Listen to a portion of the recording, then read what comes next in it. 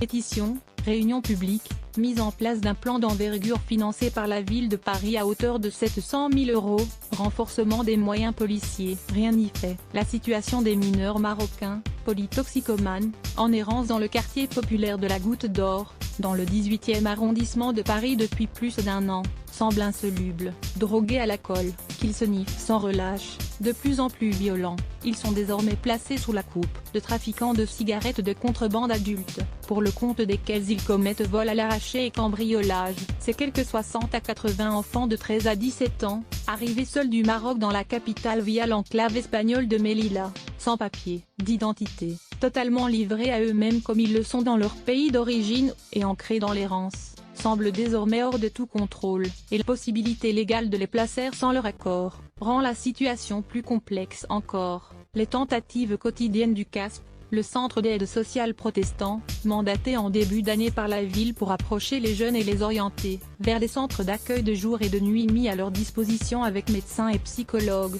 se soldent par des échecs répétés. Les responsables préfèrent ne pas aborder le sujet, c'est trop sensible, trop complexe, lâche-t-on simplement au CASP. Ces derniers jours, la maire, PS, de Paris, Anne Hidalgo, et Éric Lejoindre, maire, PS, du 18e, désemparés face à cette situation inédite, ont lancé un véritable cri d'alarme. Dans un long courrier envoyé au Premier ministre, Édouard Philippe, Éric Lejoindre en appelle à l'État. L'action du gouvernement me semble indispensable et urgente dans au moins 3 directions: renforcer la capacité d'action du commissariat local, activer les contacts diplomatiques avec les pays d'origine de ces très jeunes mineurs non accompagnés et trouver les moyens de droit adaptés pour les sortir de la rue et les mettre à l'abri, y compris contre leur gré. Aucune réponse n'est encore parvenue aux élus.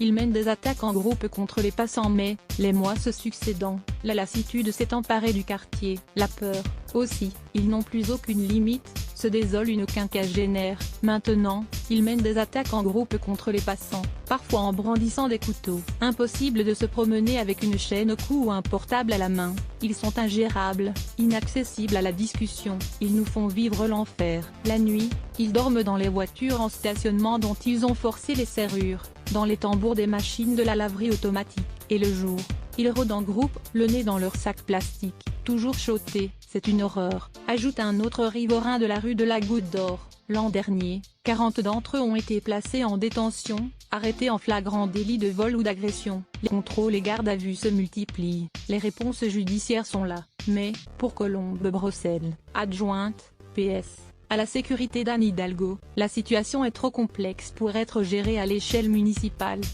La police prend les empreintes de ces jeunes lors des contrôles, mais ils sont extrêmement mobiles. Le lendemain, ils peuvent s'évaporer à Brest, Finistère, Nantes, Loire-Atlantique, Rome, Italie, ou Madrid, Espagne, et il n'y a aucun suivi, ni d'envie spontanée d'être pris en charge. La réflexion doit se faire au niveau européen.